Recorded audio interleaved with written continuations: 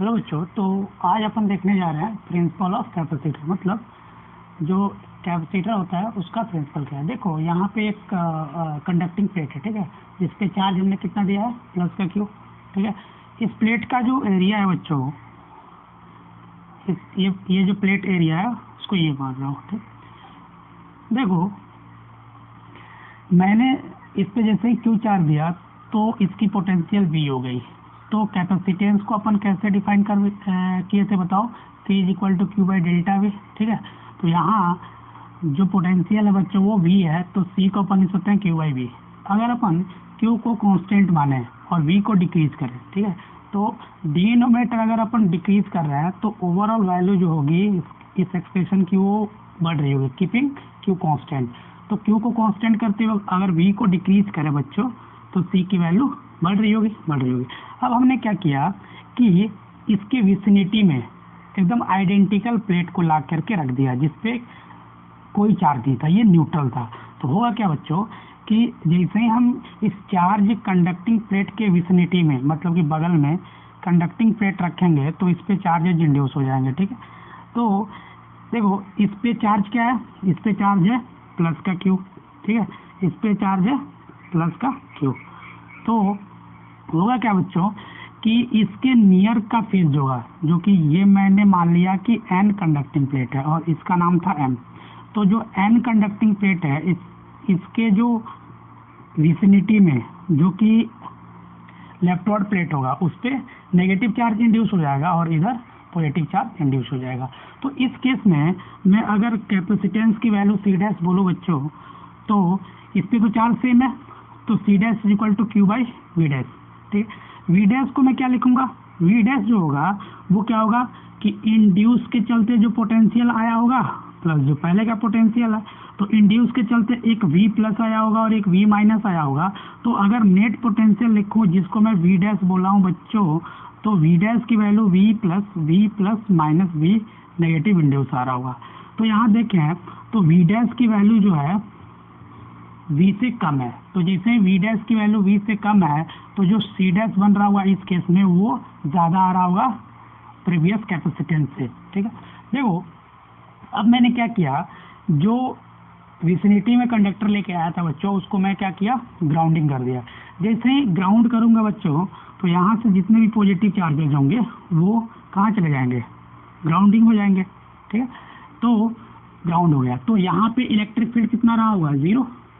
यहाँ भी electric field हो जाएगा 0। जो भी इलेक्ट्रिक फील्ड बन रहा होगा वो इसी के इनसाइड बन रहा होगा। ठीक है, देखो तो इस केस में अगर मैं कैपेसिटेंस की value C double dash define करूं तो Q divided by V double dash. इस केस में जो नेट पोटेंशियल आ रहा होगा वो आ रहा होगा V, ठीक है, और V माइनस।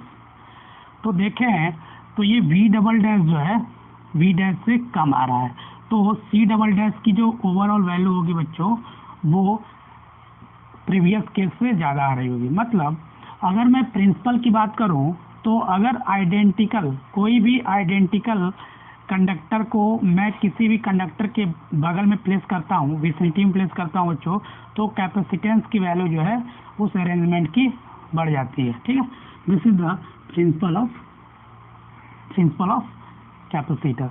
देखो अपन प्रीवियस लेक्चर में एक टाइप देखे थे जो कि स्फेरिकल कैपेसिटर था।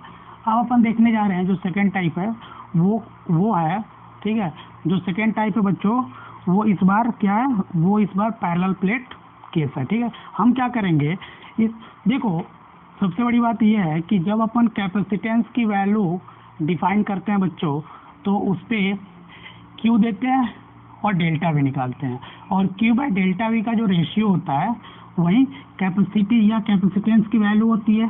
तो जो दूसरा केस देखने जा रहे हैं वो है पैरेलल प्लेट कैपेसिटर। क्या है बच्चों, पैरेलल प्लेट कैपेसिटर। देखो जो दूसरा केस है, जो सेकेंड केस है बच्चों वो है पैरेलल प्लेट कैपेसिटर। ठीक है, ये इसमें क्या है कि मैंने दो कंडक्टिंग प्लेट लिया, इसको ऐसे लिखो, मैंने इस पे दो कंडक्टिंग प्लेट्स लिए, ठीक, मैंने इस बार दो कंडक्टिंग प्लेट्स लिया। ये जो है वो थिकनेस है, ये क्या है बच्चों, ये है थिकनेस, ये प्लेट का थिकनेस है, ठीक है, ये है थिकनेस ऑफ प्लेट, ये थिकनेस है। इनके बीच का जो सेपरेशन है वो डी है, क्या डी है। इसको मैंने प्लस क्यू चार्ज दिया और इसको माइनस क्यू चार्ज, और मैं बाहर वाला जो प्लेट है उसको अर्थिंग कर दी। यहाँ तक कोई दिक्कत, यहाँ तक कोई दिक्कत नहीं होगा। तो अगर दो प्लेट्स का अरेंजमेंट, जो दो प्लेट्स का अरेंजमेंट अगर जो डी है, जो सेपरेशन है बच्चों, वो इसके डायमेंशन से कम है, मतलब here D is very very less than length of conductor. ये अपन बाद में देखेंगे। अपन ये देख रहे हैं कि पैरेलल प्लेट कैपेसिटर होता क्या है। तो अगर उसकी अरेंजमेंट की बात करो बच्चों, तो यहाँ पे दो कंडक्टिंग प्लेट्स है जो कि डी डिस्टेंस से सेपरेटेड है, और एक पे चार्ज है प्लस क्यू और दूसरे पे चार्ज है माइनस क्यू, ठीक है। देखो अपन इसको जब ग्राउंडिंग किए हैं तो नेगेटिव चार्ज यहाँ आया होगा और जितना पॉजिटिव चार्ज दिए वो यहाँ आया होगा, ठीक है। तो जो इलेक्ट्रिक फील्ड बन रही होगी बच्चों, वो बन रही होगी ई प्लस और ई माइनस, ठीक है। अगर यहाँ ऑब्जर्वेशन देखोगे तो जो पहला ऑब्जर्वेशन मिल रहा है आपको कि इसके आउटसाइड में जो नेट इलेक्ट्रिक फील्ड इंटेंसिटी है वो 0 है, ठीक है। तो पहली बात कि ई आउट 0 आ रहा है, ठीक है। दूसरा ऑब्जर्वेशन आपको ये पता चल रहा है कि अगर ये अरेंजमेंट पैरेलल प्लेट कैपेसिटर का है तो क्यू नेट कितना आ रहा है, क्यू नेट जो है net charge on this arrangement is 0, ठीक है। इसके बीच में क्या भरा हुआ है, मीडियम। बाय डिफॉल्ट मीडियम यहाँ एयर है, क्या है, एयर है बच्चों, ठीक है। चलो यहाँ तो कोई दिक्कत नहीं होगा। तो यहाँ ऑब्जर्वेशन से अपने को ये पता चल रहा है कि इस अरेंजमेंट का जो नेट चार्ज है बच्चों वो 0 है और ई आउटसाइड द अरेंजमेंट 0 है। चलो दूसरा अरेंजमेंट दूसरा जो ऑब्जर्वेशन है वो है इलेक्ट्रिक फील्ड का, इलेक्ट्रिक फील्ड का। चलो यहाँ अपन electric field between the plate देखे हैं, तो एक आ रहा है ई प्लस और यहाँ आ रहा है ई माइनस। अगर between the plate E net देखे हैं तो sigma upon 2 epsilon not plus sigma upon 2 epsilon not. अपने को पता है कि कंडक्टिंग प्लेट के वजह से जो इलेक्ट्रिक फील्ड आती है वो कितनी आती है, एक की वजह से sigma upon epsilon not plus sigma upon 2 epsilon not. इसकी वैल्यू अगर कैलकुलेट करते हो तो सिग्मा अपॉन एप्सिलॉन नॉट आ रही होगी ई नेट, ठीक। ये आ रहा है बिटवीन द प्लेट जो कि यहाँ पे है, मैं ई नेट यहाँ दिखाया हूँ, यहाँ कोई दिक्कत नहीं होगा। देखो सिग्मा को क्या लिखते हो, surface charge density, total charge upon area. Area क्या है, प्लेट एरिया है, ठीक है। एरिया इसका प्लेट एरिया है ए। तो अगर ई नेट की बात करूँ तो देखो कितना आ रहा होगा, Q upon A epsilon naught is equal to sigma upon epsilon naught. ये आ रहा होगा E net. This is the net electric field between the parallel plate capacitor. अगर अपन बात करें तो देखो ये पॉजिटिवली चार्ज प्लेट है और ये नेगेटिवली चार्ज प्लेट है, ये दोनों एक दूसरे को अटैक कर रहे होंगे। क्यों, क्योंकि अपने को पता है कि अगर एक प्लस क्यू चार्ज के विसिनिटी में माइनस क्यू रखते हैं तो ये इनके बीच जो फोर्स लगता है वो नेट फोर्स अट्रैक्टिव नेचर का होता है। ये रीजन है कि ये एक दूसरे को प्लेट क्या कर रहे होंगे, अट्रैक्ट कर रहे होंगे। तो इसके फील्ड में ये रखा हुआ है और इसके फील्ड में ये रखा हुआ है, तो एक दूसरे पे ये फोर्स लगा रहे होंगे, ठीक है। तो force on one plate due to another, एक प्लेट दूसरे प्लेट पे फोर्स लगा रहा होगा, उस फोर्स को कैलकुलेट करना चाह रहे हैं। देखो तो मान लो कि ये नेगेटिवली चार्ज प्लेट था, ठीक है, इस पे नेगेटिव चार्ज था माइनस क्यू। अपने को पता है कि यहाँ पे प्लस क्यू की वजह से फील्ड है, जो प्लस क्यू की वजह से फील्ड है वो कितना है, सिग्मा अपॉन 2 एप्सिलॉन नॉट। तो अगर नेगेटिवली चार्ज प्लेट पे फोर्स निकालते हैं अपन, नेगेटिवली चार्ज प्लेट पे फोर्स निकाल रहे हैं, तो वो कितना आ रहा होगा, force on negatively charge plate is equal to E plus, ठीक है, और क्यू माइनस क्यू लिखो, ठीक है, ठीक। तो देखो अगर नेगेटिवली चार्ज प्लेट पे ये माइनस साइन क्या बता रहा है, माइनस साइन बता रहा है कि अट्रैक्टिव नेचर है, क्या है, माइनस साइन बता रहा है कि अट्रैक्टिव फोर्स है, अट्रैक्ट कर रहा है। तो अगर सिर्फ मैग्नीट्यूड की बात करें बच्चों तो Q इंटू ई आ रहा हुआ, और E को अभी लिखे थे अपन sigma upon 2 epsilon naught is equal to Q upon 2a epsilon naught, एक की वजह से E ड्यू टू प्लस। चलो अगर मैं यहाँ फोर्स ऑन नेगेटिव प्लेट लिखूँ तो देखो Q sigma upon 2 epsilon naught, ठीक, यहाँ तो कोई दिक्कत नहीं होगा। सिग्मा को निकालो तो Q into Q upon A 2a ऐसे लिख सकते हैं, लिख सकते हैं। इसको लिखोगे तो Q square upon 2a epsilon naught. अपन क्या करते हैं, इस एक्सप्रेशन को मल्टीप्लाई और डिवाइड कर देते हैं a से, ठीक है। तो a से मल्टीप्लाई डिवाइड करोगे तो ये आ रहा होगा, देखो sigma square a 2 epsilon naught, ये आ रहा होगा। देखो कैसे, क्योंकि अपने को पता है कि Q अपॉन a की वैल्यू जो होती है वो सिग्मा होती है। तो इसे जैसे ही a से मल्टीप्लाई डिवाइड करोगे बच्चों तो ये एक्सप्रेशन मिल रहा होगा अपने को, देखो। तो इसको अपन इलेक्ट्रिक फील्ड के फॉर्म में लिखना चाहें तो देखो इसको लिख सकते हैं Q upon a epsilon not को इलेक्ट्रिक फील्ड, तो QE बाई 2 लिख सकते हैं, ठीक है। तो फोर्स जो आ रहा है नेगेटिव पे उतना ही आएगा बच्चों पॉजिटिव पे, उसको लिख सकते हैं QE बाई 2 या Q square upon 2a epsilon naught, या लिख सकते हैं sigma square a upon 2 epsilon naught, ठीक है। ये है force on plate due to another plate in case of parallel plate capacitor. यहाँ तक कोई दिक्कत, यहाँ तक कोई दिक्कत नहीं हुआ होगा ना। देखो तो अगर इलेक्ट्रोस्टैटिक प्रेशर निकाले, अब फोर्स तो लग रहा है, तो अगर किसी पर्टिकुलर एरिया पे बच्चों किसी पर्टिकुलर एरिया अगर कंसीडर करें अपन पैरेलल प्लेट कैपेसिटर का, तो उस पर लग रहा हुआ फोर्स, देखो कैसे, जैसे ये मान लो कि पहला प्लेट था, ठीक है, ये पहला प्लेट था और ये दूसरा प्लेट था, ठीक है, ये नेगेटिवली चार्ज था और ये पॉजिटिवली चार्ज था, ठीक।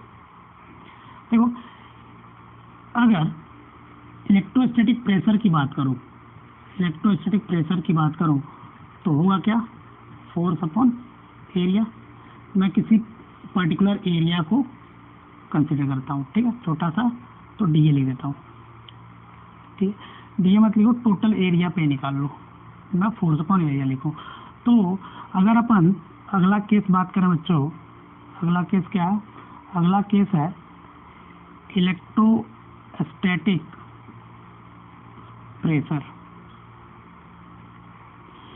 इलेक्ट्रोस्टैटिक प्रेशर को क्या लिखोगे बताओ, इलेक्ट्रोस्टैटिक प्रेशर को आप लिख सकते हो force upon area is equal to force on minus Q या force on plus Q charge divided bye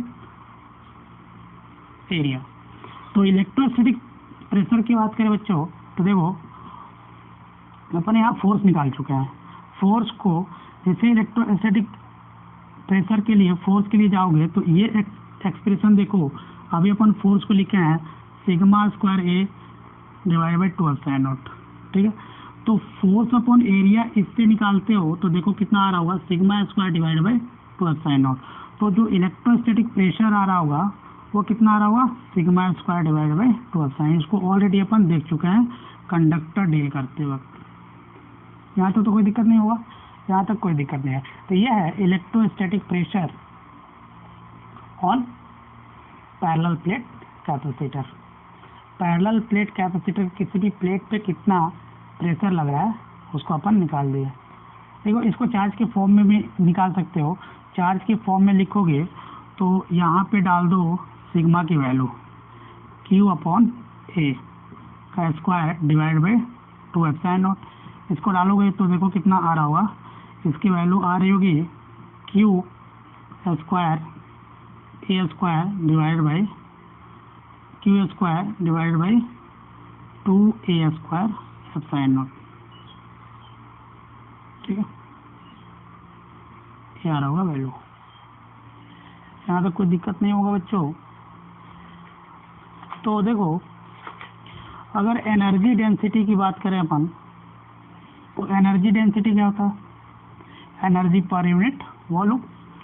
तो अगर एनर्जी डेंसिटी इस केस में देखते हो तो देखो कितना आ रहा होगा। इसमें छोटा सा टॉपिक है, देख लेते हैं एनर्जी डेंसिटी। एनर्जी डेंसिटी को मैं ऐसे दिखा रहा हूँ, ठीक है। Energy density is equal to होगा energy divided by volume. Energy divided by volume, ठीक। तो इस केस में अगर एनर्जी डिवाइडेड बाय वॉल्यूम की बात करोगे तो इसको पढ़ने से पहले अपने को ये बात जानना पड़ेगा कि पैरेलल प्लेट कैपेसिटर के केस में उसकी कैपेसिटी कितना आती है, ठीक है। देखो जो पैरेलल प्लेट कैपेसिटर अपन डील किए थे वो की कैपेसिटी की जरूरत पड़ेगी। अब इसमें था प्लस चार्ज, ये थी थिकनेस, ये भी था थिकनेस, ये था नेगेटिव चार्ज, ठीक है बच्चों। देखो तो इस पे चार्ज कितना था? प्लस का क्यूब, इस पे चार्ज माइनस का क्यूब, इसके बीच का सेपरेशन था D। तो इसके बीच में अपन इलेक्ट्रिक फील्ड निकाले हैं तो electric field is equal to होता है V/D। अगर फील्ड यूनिफॉर्म हो तब। हमने ये बोला था बच्चों कि ये जो D है ये इसके लेंथ के कंपैरिजन में, डायमेंशन के कंपैरिजन में प्लेट के बहुत छोटा है। दैट्स व्हाई इनके बीच में जो फील्ड बनेगी जो यूनिफॉर्म नेचर की बनेगी। तो यहाँ फील्ड आ रहा है बच्चों वो यूनिफॉर्म नेचर का, जो भी इनेट आ रहा था सिग्मा अपॉन एप्सिलॉन नॉट ये यूनिफॉर्म नेचर का, इतना आ गया। तो V/D इज इक्वल टू लिख सकते हैं sigma upon epsilon naught is equal to QA epsilon naught, लिख सकते हैं। चलो अगर मैं इसको थोड़ा सा अरेंज करूं, थोड़ा सा अरेंज करने के बाद इस अरेंजमेंट की कैपेसिटी अपने को पता चल जाएगी, कैपेसिटेंस की वैल्यू पता चल जाएगी। देखो कितना आ रहा होगा। यहाँ लिखे अपन V/D is equal to Q/A epsilon naught, और C निकालने के लिए क्या चाहिए? Q/V का रेशियो चाहिए। तो Q/V का रेशियो निकालोगे तो यहाँ मिल रहा होगा अपने को A epsilon naught divide by D। तो ये है पैरेलल प्लेट कैपेसिटर की कैपेसिटी, ये है पैरेलल प्लेट कैपेसिटर की कैपेसिटी इन एयर। क्योंकि अपन देखे थे कि जो मीडियम था बिटवीन द प्लेट्स वो एयर था इस केस में, ठीक। तो अगर एनर्जी डेंसिटी की बात करूं बच्चों, तो एनर्जी डेंसिटी की बात करोगे तो एनर्जी अपॉन वॉल्यूम आता है, एनर्जी अपॉन वॉल्यूम आता है। और एनर्जी अपन पहले लेक्चर में देख चुके हैं कि C एनर्जी आता है, एनर्जी को जो से दिखा रहा हूँ हाफ CV², ठीक। यहाँ पे अगर C की वैल्यू डालोगे A epsilon naught divide by D, और V इज इक्वल टू कितना होता है? यहाँ देखोगे तो V is equal to E into D आता है, तो यहाँ डाल दो। इसको डालोगे तो ये ED का स्क्वायर आ रहा होगा। चलो तो एनर्जी अपन निकालेंगे तो ये देखो half A epsilon naught divide by D into E square into D square. ये D से D गया इसको थोड़ा सा अरेंज करते हो तो half epsilon naught E square into A into D आ रहा होगा, देखो। और area into distance between the plate, ये वॉल्यूम दे देगा ना, ए इंटू डी क्या दे देगा, वॉल्यूम दे देगा, ये वॉल्यूम है, ठीक है। तो देखो अगर यहाँ से बात करें अपन, देखो कितना आ रहा होगा, तो U इज इक्वल टू आ रहा है half sine not E square into volume,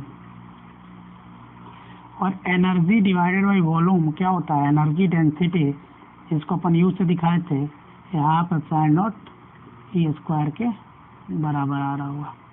ये तो अपन पहले भी देख चुके हैं कंडक्टिंग केस में, यहाँ तो कोई दिक्कत नहीं हुआ, यहाँ तक कोई दिक्कत नहीं है। देखो यहाँ नोट लिखने वाली बात ये है, पहला नोट है कि पैरेलल प्लेट कैपेसिटर का इन एयर जो कैपेसिटेंस वैल्यू आता है वो आता है A epsilon naught divide by D.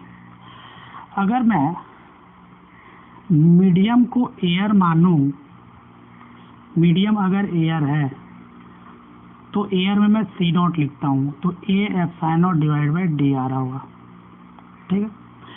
अगर दूसरा केस, अगर डाइलेक्ट्रिक मीडियम मानो और जिसका डाइलेक्ट्रिक कांस्टेंट के है बच्चों, तो सी इन मीडियम लिखूं तो लिखूंगा A epsilon divide by D. Epsilon को लिख सकता हूँ A equal epsilon naught into epsilon R divide by D. Epsilon R को अपन के से लिखते हैं तो सी एम की वैल्यू जो आ रही होगी के times A epsilon naught divide by D आ रही होगी। A epsilon naught divide by D को अपन सी नॉट लिखे हैं तो जो सी एम की वैल्यू होगी वो के टाइम्स सी नॉट आ रही होगी, ठीक है। तो this is the capacity of parallel plate capacitor in case when medium is dielectric one, ठीक है। यहाँ तक कोई दिक्कत नहीं हुआ होगा। जो दूसरा नोट ये है बच्चों कि अभी अपन देखे थे कि नेट चार्ज 0 होता है। अगर मैं क्या करूं, जो दूसरा नोट है उसमें क्या करता हूं, किसी एक प्लेट को स्लाइड कर देता हूं नीचे, तो इस केस में जो कैपेसिटी होगी उसका क्या होगा, तो देखें अपन, तो जो इफेक्टिव एरिया है बच्चों वो घट गया। इफेक्टिव एरिया यही है ए डैश, तो इस केस में जो फील्ड है वो यहीं तक कन्फाइंड है, तो कैपेसिटी सिर्फ इतने ही फील्ड में कन्फाइंड होगी। तो इस केस में जो है प्लेट एरिया घट गया। जो इफेक्टिव प्लेट एरिया है वो ए डैश है। तो चूंकि प्लेट एरिया घट गया तो सी इज इक्वल टू क्या होता है, A epsilon naught divide by D. तो इस केस में लिख दूंगा A dash epsilon naught divide by D, ठीक है। चूंकि अपने को पता है ए डैश की वैल्यू ए से कम है, तो इस केस में जो सी डैश की वैल्यू आ रही होगी वो सी से कम आ रही होगी, ठीक। इस केस में जो कैपेसिटी बन रहा होगा वो डिक्रीज कर गया होगा, ठीक है। सी डिक्रीजेस, जो कैपेसिटेंस की वैल्यू होगा बच्चों वो डिक्रीज करेगा। जो दूसरा नोट है बच्चों, बताया था कि एक पैरेलल प्लेट कैपेसिटर ऐसा है, जैसे मान लो कि ये पैरेलल प्लेट कैपेसिटर ऐसा है, ठीक है। इसकी प्लेट एरिया ये है, इसकी प्लेट एरिया और इसके बीच का सेपरेशन डी है। मैंने क्या किया, ये जो ब्लू वाला मार्कर वाला प्लेट है इसको मैंने खसका दिया नीचे ऐसे, without changing the distance between the plate. इसको मैं जैसे ऐसे खसकाया तो जो इफेक्टिव एरिया है देखो बच्चों वो सिर्फ इतना दूर का बन रहा है ना, इतना दूर का इफेक्ट। तो इफेक्टिव एरिया घटने के चलते जो कैपेसिटेंस होगी आफ्टर स्लाइडिंग वो कम हो जाएगी। जो तीसरा नोट ये है वो ये है बच्चों कि मैंने क्या किया कि दोनों प्लेट को टच किया। जो तीसरा केस है वो है टचिंग ऑफ प्लेट्स या कनेक्शन विथ कंडक्टिंग वायर। इस केस को अपन ऐसा समझते हैं कि मान लो ये एक पैरेलल प्लेट कैपेसिटर है जिसके नेगेटिव प्लेट और पॉजिटिव प्लेट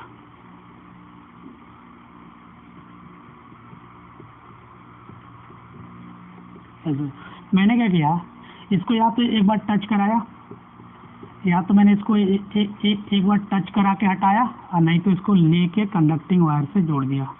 जैसे ही इसको कंडक्टिंग वायर से जोड़ूंगा तो इस पे जो क्यू नेट होगा वो हो जाएगा 0, क्यू की वैल्यू 0 हो जाएगी, एंड जो बी होगा वो भी हो जाएगा 0, पोटेंशियल भी 0 और क्यू नेट भी 0 हो जाएगा, क्योंकि टोटल चार्ज ट्रांसफर हो जाएगा। ठीक है बच्चों, देखो जो अगली नोट है वो ये है, ये थोड़ा समझने वाला है, जिसको मैं पहले भी हिट्स दे के बता चुका हूँ। ये आपको बताया था कि अगर पैरेलल प्लेट कैपेसिटर है, ठीक है, जैसे मान लो ये है पैरेलल प्लेट कैपेसिटर का अरेंजमेंट, ठीक है, पैरेलल प्लेट कैपेसिटर का अरेंजमेंट है। मैं क्या बोला था कि इसके बीच का जो सेपरेशन रखना है वो इसके लेंथ से कम रखना है, लेंथ से बहुत कम रखना है। ऐसा क्यों? मैंने इस पर प्लस क्यू चार्ज दिया और इस पर माइनस क्यू चार्ज दिया, ठीक है, और इन दोनों की प्लेट एरिया ये है। जो डी है बच्चों, डी को बहुत कम रखना है लेंथ ऑफ प्लेट से। ऐसा क्यों?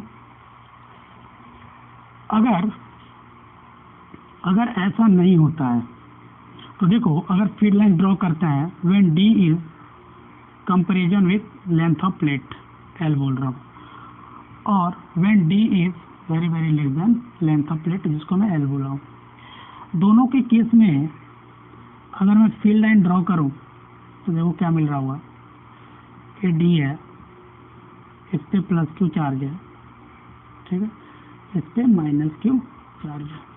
तो अगर छोटा नहीं है बच्चों तो फील्ड लाइंस कुछ यूं बन रही होगी और एज पे आते आते कुछ ऐसे डायग्राम बनने लगेगा, ठीक है, जिसको अपन एज इफेक्ट बोलते हैं। क्या बोलते हैं? क्योंकि एज के पास आने से जो फील्ड का नेचर है वो चेंज हो रहा है, नॉन यूनिफॉर्म नेचर का हो जाएगा ना, तो एज को बोलते हैं एज इफेक्ट।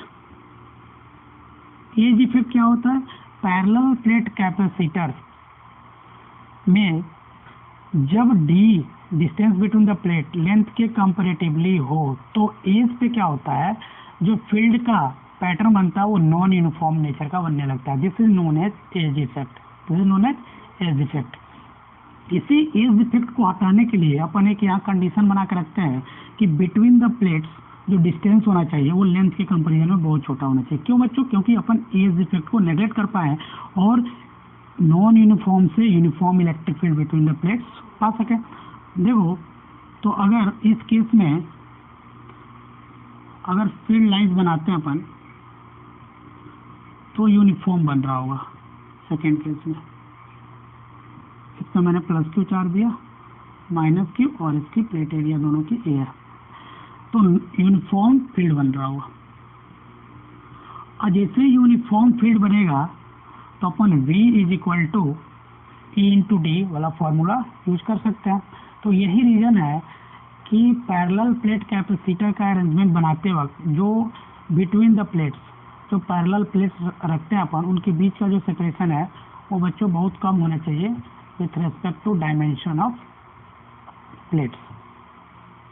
यहाँ तक तो कोई दिक्कत नहीं होगा, यहाँ तक कोई दिक्कत नहीं हुआ होगा। तो अपन एक अगला पॉइंट देखते हैं जिसको ध्यान में रखने होगा कि जो कैपेसिटेंस वैल्यू होती है, capacitance of parallel plate capacitor depends on, यहाँ पे अपन देख रहे हैं कि जो C आ रहा है वो आ रहा है A/0 डिवाइड बाई D, ठीक। तो देखें तो कैपेसिटर जो है वो ए पे डिपेंड कर रहा है। ए क्या है? Plate area. Epsilon medium dependent है, ठीक है, मीडियम डिपेंडेंट है। और D separation between the plates. तो अगर पैरेलल प्लेट कैपेसिटर की कैपेसिटी देखें अपन, तो ये 3 बातों पे डिपेंड कर रही है। सेपरेशन बिटवीन द प्लेट्स, इसी को अपन बोलते हैं geometry of plate. Depends on geometry of conductor या कंडक्टिंग प्लेट्स। लेकिन बच्चों C doesn't depend thickness and material of plates। जो पैरेलल प्लेट कैपेसिटर के कैपेसिटेंस वैल्यू है बच्चों, वो उसकी ज्योमेट्री पे डिपेंड कर रहा है। किस पे डिपेंड कर रहा है? ज्योमेट्री पे डिपेंड कर रहा है। ये इस बात पे डिपेंड नहीं कर रहा है कि प्लेट की थिकनेस कितनी है। प्लेट के सिर्फ लेंथ और विड्थ पे डिपेंड कर रहा है, जो कि एरिया बना रहा होगा। लेकिन ये इस बात पे डिपेंड नहीं कर रहा है कि थिकनेस कितना है प्लेट का और उस प्लेट का नेचर क्या है, वो प्लेट किस मटेरियल से मिलकर बना हुआ। तो मटेरियल इंडिपेंडेंट है। तो कोई पूछता है आपसे कि बताओ कि पैरेलल प्लेट कैपेसिटर की कैपेसिटी किस पे डिपेंड कर रही है, तो उसके ज्योमेट्री पे, ना कि उसके थिकनेस और मटेरियल जिससे वो बना हुआ है। यहाँ तक तो कोई दिक्कत नहीं हुआ। तो अगर इस लेक्चर को अपन कंसाइज करें, तो हमने अभी देखा कि पैरेलल प्लेट कैपेसिटर के केस में देखो हमने देखा क्या कि अगर पैरेलल प्लेट कैपेसिटर है, पैरेलल प्लेट कैपेसिटर है, तो हमने जो पहला पॉइंट देखा वो देखा कि इस अरेंजमेंट का जो क्यू नेट है वो 0 है। दूसरा देखा कि electric field between the plate जो नेट आ रहा है वो सिग्मा अपॉन एप्सिलॉन नॉट आ रहा है। इसको upon Q A epsilon not लिखे, यहाँ तक कोई दिक्कत नहीं होगा। जो तीसरी बात देखे वो देखे कि फोर्स ऑन वन प्लेट कितना आ रहा था, वो आ रहा था क्यू स्क्वायर, ठीक है, upon 2a epsilon naught is equal to kV/2। यही आ रहा था। इसको सॉल्व करोगे तो ये CV²/2d भी आएगा। चेक कर लेना एक बार, C की वैल्यू डालोगे तो। जो चौथा पॉइंट देखे अपन, वो देखे थे pressure on plate, electrostatic pressure जिसको बोले थे अपन, वो आ रहा था σ²/2 एप्सिलॉन नॉट। यही आ रहा था। तो अभी तक अपन यही बात किए। और जो कैपेसिटेंस की वैल्यू आई थी इस केस में C = A epsilon not / D था। ये था एयर में। क्या था? एयर में। हमने मीडियम में जो कैपेसिटेंस की वैल्यू डिफाइन किया था वो K times A epsilon not / D था। और हमने ये भी देखा था कि सेपरेशन जो होना चाहिए वो कम होना चाहिए। और सेपरेशन इसीलिए कम होगा क्योंकि इसके बीच में जो फील्ड है वो यूनिफॉर्म नेचर का बन सके और अपन फार्मूला यूज कर सकें E = V/D।